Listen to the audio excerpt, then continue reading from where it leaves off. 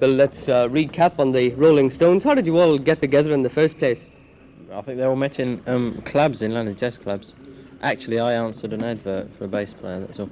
But the rest of them got together individually in jazz clubs and formed a sort of a group. How long ago was that? 2 years. And what were you doing when you answered the advertisement? Engineering, actually. I will move on now to Brian. Oh, hello. Brian, how long have you been with the Rolling Stones? Are you one of the original members? Yes, one of the original members. What were you doing before you joined? Well, just sort of bumming around waiting for something to happen, really. You know, I had quite a few jobs and I was trying to get a band going, but it was unsuccessful until I met up with Mick and Keith, and then Where you went? that was a successful band. Well, can you think back to your first engagement? Where was that? Marquee, Oxford Street, London.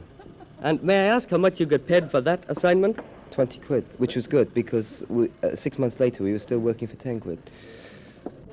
Charlie, we've just heard from your friend how much you were paid for your first engagement. Do you mind if I ask how much you earn a year now? Thousands. How many? Hey? How many? I don't know. 200 or 300 a year, isn't it, Bill? What is that? £5 a week. Yeah, £5 good. quid a week's Just about... turn around. This will 300 a let year. everyone see you. Yes, I don't know, quite honestly. Well, how It's a about $1 million concern, must be. Sure it is. Must be. The fan adulation is something that interests me. Do you ever get fed up with this, Charlie? Would you like a big No. long break away from it? We just had one. Keith, it's obvious that you don't get your hair cut, but do you get it trimmed from time to time? Yes, I did it last night, yes. Last night?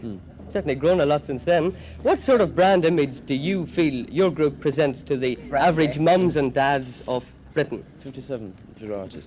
Yeah. No, I don't know.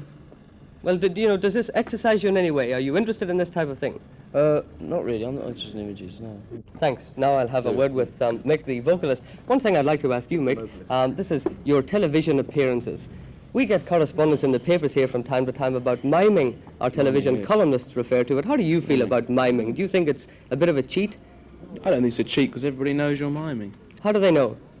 Well, it's just accepted because there are very few live shows and all the shows are mimed, very few. Yeah, but don't you think that the large majority of people looking in don't know that?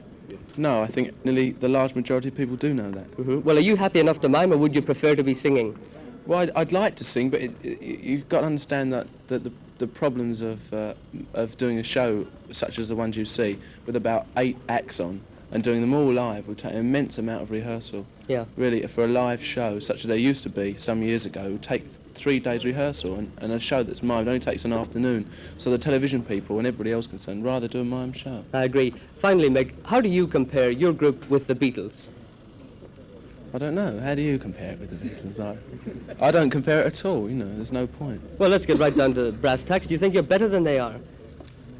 At what? It's not the same group, so we just do what we want and they do what they want, and there's no point in going on and comparing us. You can prefer us to them or them to us. It's just diplomatic, you see. Very diplomatic, and I don't want to labour it, but do you feel you do what you want to do better than they do what they want to do?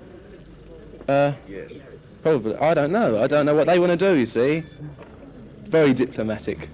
Thank you very much indeed. Thank you.